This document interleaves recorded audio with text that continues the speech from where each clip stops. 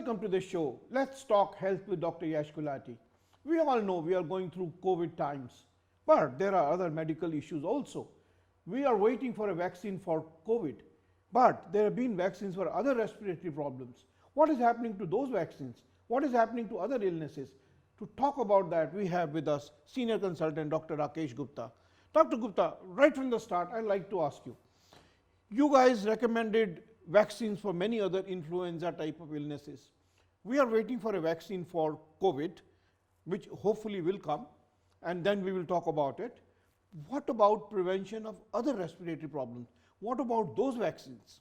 I'm glad that because of this vaccine situation which has come into papers now, everybody has become active about thinking about vaccine. Honestly speaking, every adult of the country and all over the world have been for time immemorial been advised two vaccines. One for pneumonia, which has to be taken twice in a lifetime, and one for flu or influenza, as we know, should be taken every winters. It gives you protection for 1 year. So we have been recommending that every patient above the age of 50 years, every patient who has got comorbidities like diabetes or asthma or COPD and those conditions, cancer patients, HIV patients, and all those who are immunocompromised to some extent must take this vaccine every year. When such kind of pandemics happen, then the vaccine preventable diseases become all the more prominent because they can be protected. So I would strongly recommend that all our patients, all our population should take this influenza vaccine. The new vaccine has just 1 month ago, and we all should be taking that vaccine really because it prevents against influenza. That is a very important point, Dr. Rakesh Gupta, that we don't want to miss woods for trees, as they say, because we are all focusing on COVID, and we can have problems related to other respiratory problems.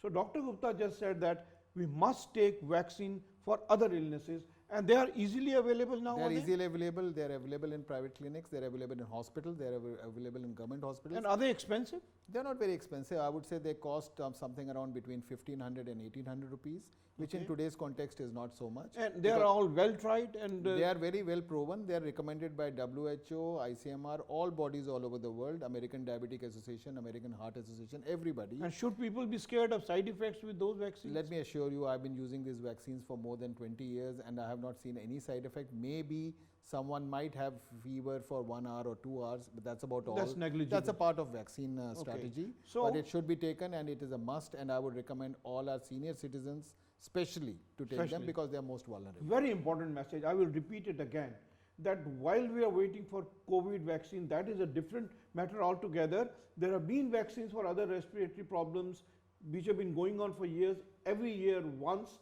That is available now for winter, and people who are in the elderly age group must take it. Am I right, Dr. Gupta? Sure, sir. Definitely. And that message given. Dr. Gupta, there may be other medical issues also which affect COVID, or COVID affects them. Can you name one or two? And let me make it very clear. I recently wrote a chapter for a book in which I wrote on comorbidities and COVID infections. Comorbidities are the main problem why we are losing patients because of COVID. And for general public, can you explain comorbidities? Any patient who has more than 2 medical conditions together is called a comorbidity. Okay. So each condition is considered a comorbid condition in that case. So suppose you have a COVID infection. Along with that you have diabetes, or you have hypertension, or you have heart conditions, or you have cancer. Any condition. Any of those conditions, they all come as a comorbidity. Right. Now, one thing which we have seen in this pandemic is, and frankly when we are involved with the day-to-day care of our COVID patients, that some of these conditions have become very prominent, and so many of our patients have come to the hospital with COVID not knowing that they had these conditions on their own.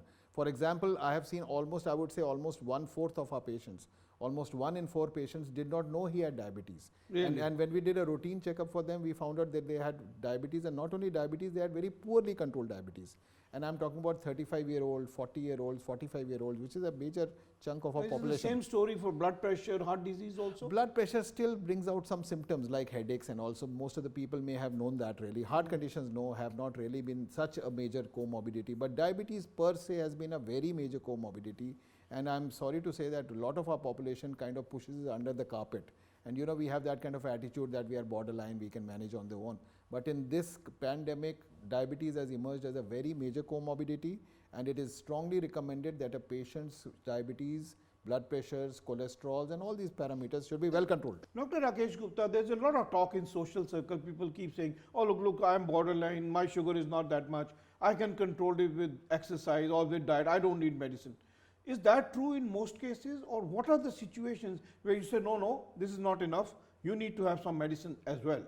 Let me give you an answer as a diabetologist. When we have to diagnose a patient as diabetes, then we do two primary tests. One is a blood sugar, empty stomach fasting and postprandial, which means 2 hours after having the food, and a specific test called HbA1c or glycosylated hemoglobin. Blood sugar fasting and postprandial tells me the sugar of that particular day.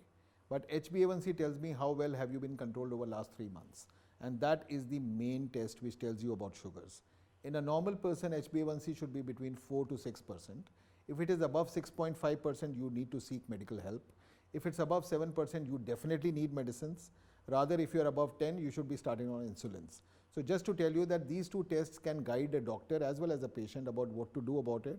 If your HbA1c is above 6 and if your fasting and postprandial is above 100 and 140 roughly, then please go and check out with your doctor. He's your best friend.